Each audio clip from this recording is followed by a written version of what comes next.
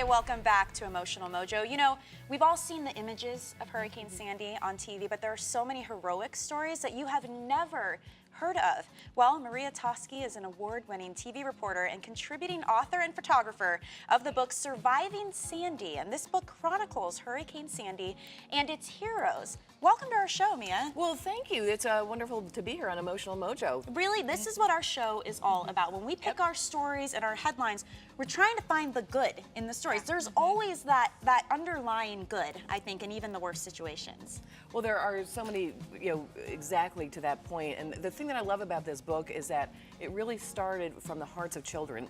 There's a school called the Pascack Valley Learning Center, and the kids said, it draws from the tri-state area, meaning Connecticut, New Jersey, and New York for those outside the area. Yeah. We're, of course, here in Orlando.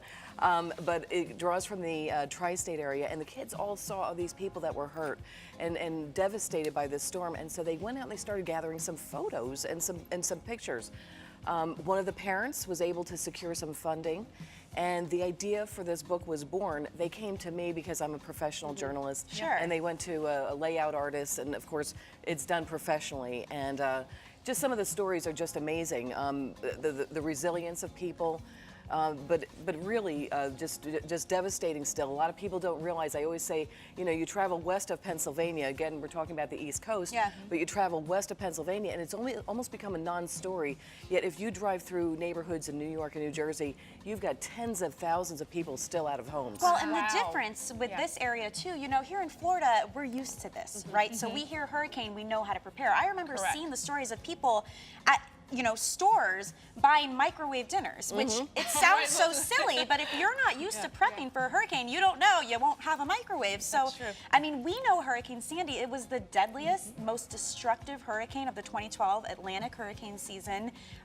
You said tens of thousands of people are still homeless? Absolutely, tens of thousands of people. You go down to the Jersey Shore, it's not only the impact emotionally for so many people, but it's the impact financially for many areas as well. And the recovery, I would probably estimate, and of course these are estimated, guesses, but I would probably say you're 5 to 10 years away from getting all those people back home, and some people are never going to go back home.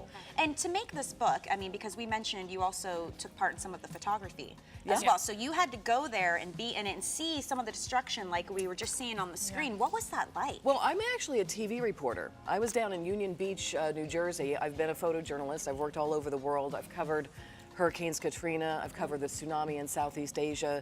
I've been in Haiti. You've seen the worst of the worst. Yeah, I've seen a lot of bad stuff. This is different because this was like a double punch to the New York area. Of course, we have 9/11, where we were counting the people that were killed. Now you're counting how many people lost their homes, and I mean, from a personal standpoint, I have family and friends all who lost their homes. So it really did take quite a. It really was a huge impact on that area. I just wonder, one of the things I work with my clients is trauma, and I'm wondering how the families are dealing with it. Have you had, your own personal impact of that? How are they doing mentally?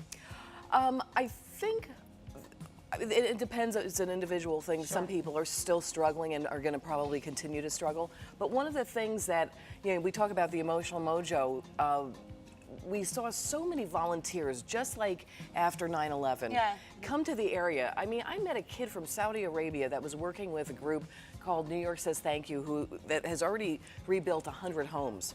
Wow. And you look at that and you say, some kid came in. We've had groups from Virginia. I've seen from California. There were some firefighters that came from Hawaii. So I do think that those people, the volunteers, have empowered a lot of the survivors. And even here in Florida, this is something I learned just when I was coming down here for the show. I met some folks from the Hilton properties, I guess you will. And they have been putting up a lot of the hurricane survivors. Still? Yeah. Wow. So it's just amazing, whether it's individuals or corporations. So I do think that people have gained strength from that. A lot of the children, they've had therapists, and they've also been doing a lot of different things where they're giving back. So That's probably the best I can say in terms of the way they're coping up there. What do you Absolutely. think the survivors, I mean, what do you think they need now? At this point, it's been, you know, over a year, but what do you think they need the most right now? Again, it depends upon the area. I still think a lot of people are fighting through the red tape because it wasn't actually a hurricane. It was a superstorm. It was flooding. So if your home was damaged by fire, you'd be covered. But because it was a flood, so many people weren't Hardly covered. anybody has flood insurance. They Right. assume homeowners insurance covers that a lot of times. Right, and you're probably, those images right there are Breezy Point, and those people were actually covered more than the flood victims. But I met a fisherman who was just completely devastated, and he'll never go back. He's not going to get the money, and there's so many individuals like that. So the one thing that we do like to say is 100% of the proceeds of the book are being donated to love it. charities and to the individuals.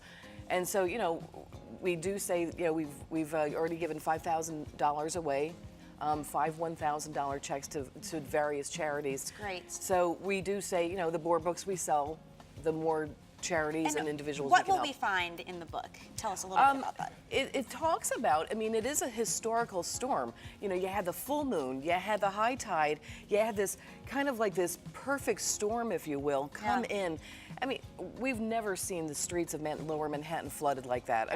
You're on an island, but Yeah, we've but, never this seen was that. amazing. Yeah. The images. So that's one of the things. It talks about the history. And the grab other this thing I book want to while you point talk. out, Sorry. but the other thing I want to point out that a lot of people don't realize also is that Haiti lost 1/3 of their crops. We That's think right. about the earthquakes and we think about all that, but just devastated. So it talks about the history of the storm from Haiti all the way up through New York, and of course, I'm in New York and New Jersey, so Yeah. I tend to speak more from that angle. But so many areas were impacted. Washington D.C., Virginia. So it talks about the history of that. It talks about the rebuilding, and it talks about the heroes. There were so many heroes. A personal friend of mine is the Seaside Heights police chief. He saved 36 people on the night of the storm. Wow. 36 people. And he's been hailed a hero, and and he should be, and so should so many other people as well. Yeah, and the photography is amazing. Yeah. Really, some it of is. these images are just, it is. It was a historic It- storm. absolutely. To see people being taken out in boats in so many communities, people just don't have any idea how bad it was. And one of the things I hear as a reporter, I've heard people say, well, New Yorkers, well, they've got a lot of money. Or Not the case. Right, or they're going to be recovering. The storm's over. It was 18 months ago, but that is so far from the truth. And that's the one thing that we really like to stress, Yeah. because the devastation is still there. If you go down to the Jersey Shore, there are piles of garbage. And then they had fires, and they had Yeah. finally rebuilt, and it's, But you know what? If there's one thing that we notice as a trend when bad things happen to people, is that resilience comes through. People come together, and they are resilient. And so hope is the strongest thing. It is. Thank you so much, No, Mia, thank for you, being here. ladies. You guys, Thank you so the much. book is Surviving Sandy, and like she said, 100% of the proceeds will go to helping others. So definitely check that out. It's available now.